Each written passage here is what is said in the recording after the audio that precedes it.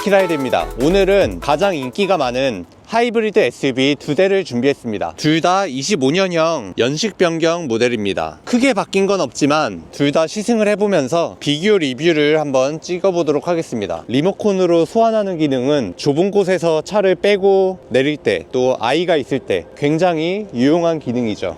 25년식 산타페는 6인승이고요 하이브리드고, 소렌토는 5인승이고 하이브리드입니다. 시그니처 옵션이고요, 이 차는 캘리그래피 옵션입니다. 두 차종 다 연비가 상당히 좋은 편이에요. 그리고 자동차의 크기 같은 경우에는 큰 차이가 없어 보이지만 막상 실내 공간을 비교해보면 산타페가 조금 더 큰 걸 확인할 수 있습니다. 가격 또한 소렌토가 산타페보다 약간 더 저렴한 면이 있고요, 3열을 많이 쓰실 분이라면 소렌토보다는 산타페를 추천드립니다. 왜냐면 여기서도 볼 수 있듯이 소렌토는 디자인이 이렇게 안쪽으로 들어가고 대각으로 되어 있어요. 반면에 산타페는 그냥 상자처럼 각지게 되어 있습니다. 그래서 절대적인 차의 실내 공간이 산타페가 더 넓어요. 물론 뭐 팰리세이드나 이런 카니발만큼 넉넉한 3열은 아니지만 6인승 소렌토에 비해서는 더 넓은 3열의 크기를 가지고 있습니다. 트렁크 공간을 비교해 볼게요. 5인승 모델이기 때문에 지금 이 정도의 트렁크 공간을 가지고 있고요, 산타페는 지금 6인승 모드로 되어 있죠. 뭔가 공평하게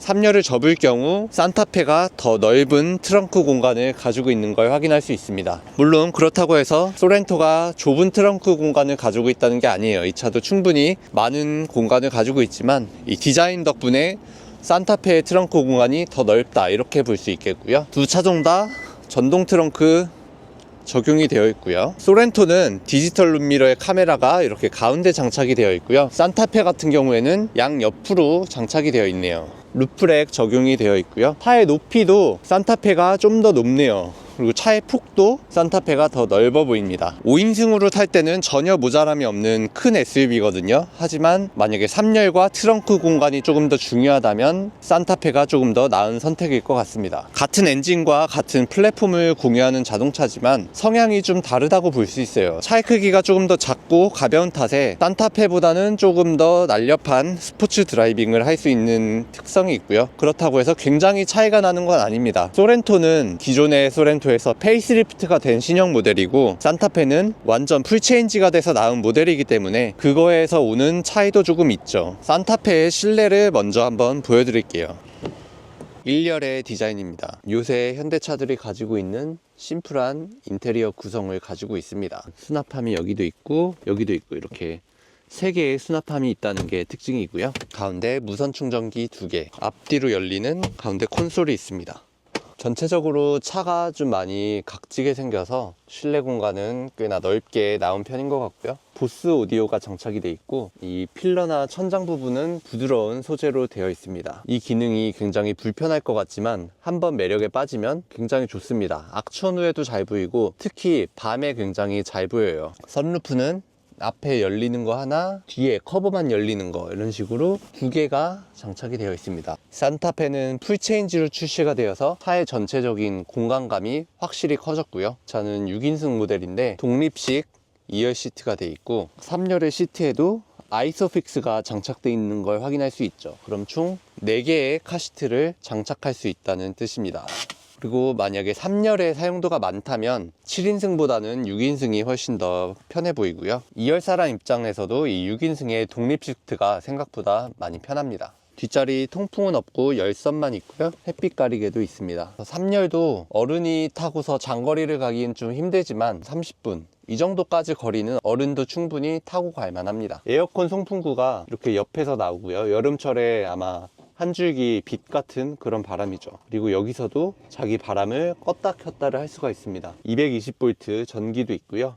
차가 소렌토보다 산타페가 더 이렇게 네모난 약간 옛날 갤로퍼 스타일로 생겨서 실내 공간은 확실히 더 넓습니다. 전동 버튼으로 얘를 접었다 폈다 할 수 있는 옵션도 들어가 있고요, 소렌토의 실내를 똑같은 관점에서 바라보도록 할게요. 우선 이 도어 트림을 보면 이런 기아 특유의 디자인 감성이 있죠. 그리고 의자에 앉으면 요새 나오는 기아 신형 모델들은 요 가운데 공간을 위해서 기어 변속 레버를 이쪽으로 많이 옮기는데, 이 차는 페이스리프트라 그런지 이거는 아직 신형처럼 옮기지는 않았고요. 무선 충전 포트도 산타페와 비교하면 얘는 하나고요, 산타페는 여기 버튼이 있지만 소렌토는 이게 다 터치예요. 그 대신 이렇게 미디어랑 공조랑 전환을 할 수 있어서 그렇게 불편하진 않습니다. 이쪽 산타페는 수납 공간이 있었는데 소렌토는 그런 건 없죠. 그리고 이거는 이제 소렌토의 장점인데 파노라마 루프가 굉장히 큰 게 있어요. 약간 외제차 감성으로. 이 차 또한 디지털 룸미러가 적용이 되어 있고요. 이 필러랑 천장 부분의 소재도 산타페와 동일한 부드러운 게 되어 있습니다. 그리고 이 계기판 UI나 이 CCNC는 산타페, 소렌토 동일한 시스템이 들어가 있고요. 8% 똑같습니다. 크릴 스피커가 들어가고요.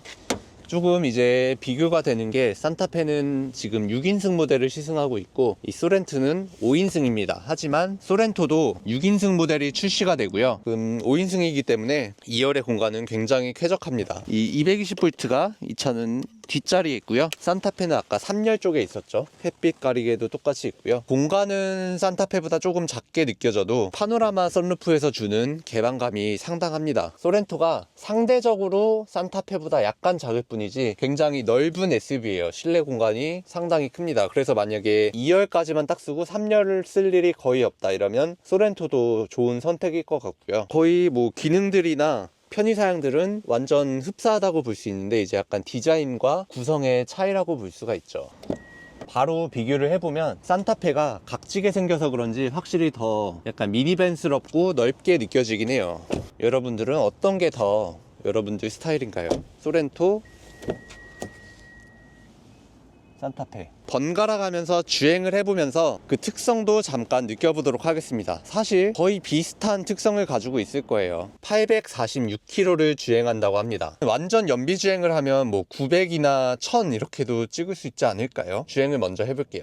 타자마자 느껴지는 차이점이 있거든요. 이거를 현대기아가 왜 이렇게 했는지 모르겠는데 산타페는 크루즈 컨트롤이랑 이 계기판 UI 조정하는 게 왼쪽에 있거든요. 근데 소렌토는 기능이나 아이콘 이런 거 다 똑같은데 크루즈 컨트롤 조절, UI 이 계기판 조절하는 게 오른쪽에 있어요. 뭔가 달라야 된다는 강박감에 이렇게 서로 만든 것 같은데 이걸 굳이 헷갈리게 오른쪽 왼쪽을 다르게 할 필요가 있나 싶습니다. 현대든 기아든 어느 한쪽으로 통일하는 게 사실상 좋을 것 같긴 한데 이거는 근데 뭐 적응의 문제라서 이게 문제가 있다는 건 아니고요. 그냥 딱 타자마자 산타페를 타다 와서 그런지 타자마자 보여지는 다른 점이 그거네요. 산타페든 소렌토든 두 차동 다 1600cc 터보 하이브리드이기 때문에 시내 주행 시에 연비가 상당히 좋고요. 하이브리드 자동차가 근데 또 시내에서만 연비가 좋은 게 아니라 고속도로를 주행할 때도 은근히 연비가 굉장히 괜찮더라고요. 차 가격은 일반 2.5 터보보다 조금 비싸지만 주행을 만약에 1년에 10,000km, 20,000km 이렇게 많이 하신다면 하이브리드 차도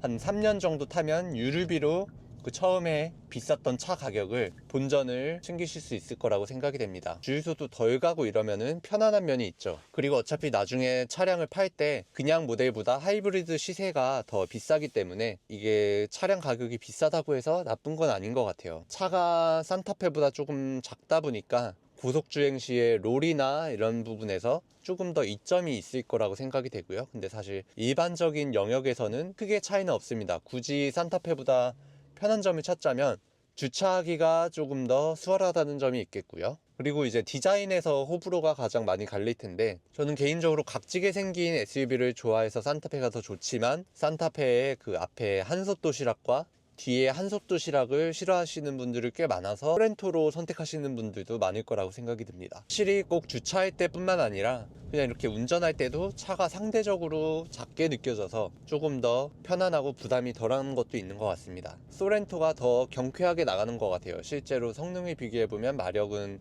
거의 비슷하지만 공차 중량은 소렌토가 조금 더 가볍기 때문에 경량화 면에서 오는 차이가 어느 정도는 있지 않을까 싶습니다. 사실 산타페, 소렌토 뭐가 더 좋냐 이렇게 싸우는 게 의미가 없긴 해요. 그냥 개인적인 취향의 문제, 뭐 6인승, 5인승, 7인승 이런 공간 활용도의 문제로 보여지고요. 어차피 안에 구성된 엔진, 플랫폼 이런 건 다 똑같기 때문에 더 본인의 라이프 스타일에 맞는 차를 선택하시면 될 것 같습니다.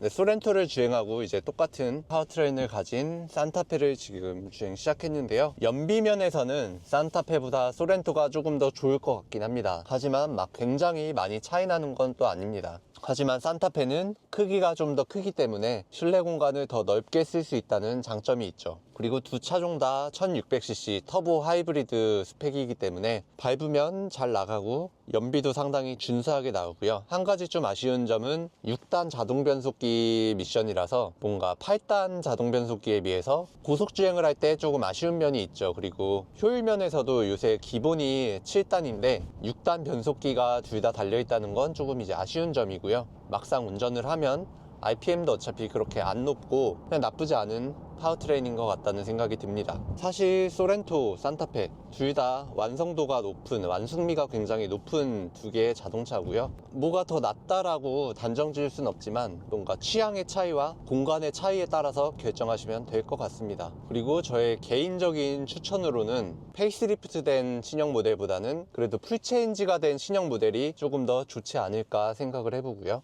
뭐 취향과 용도에 맞춰서 구매를 하시면 될 것 같습니다. 여기까지 2025년식 산타페와 소렌토를 비교를 해보았고요. 두 차종 다 상당히 장점이나 캐릭터가 확실한 모델임을 확인할 수 있었습니다. 시청해주셔서 감사합니다. 윤키라이드였습니다.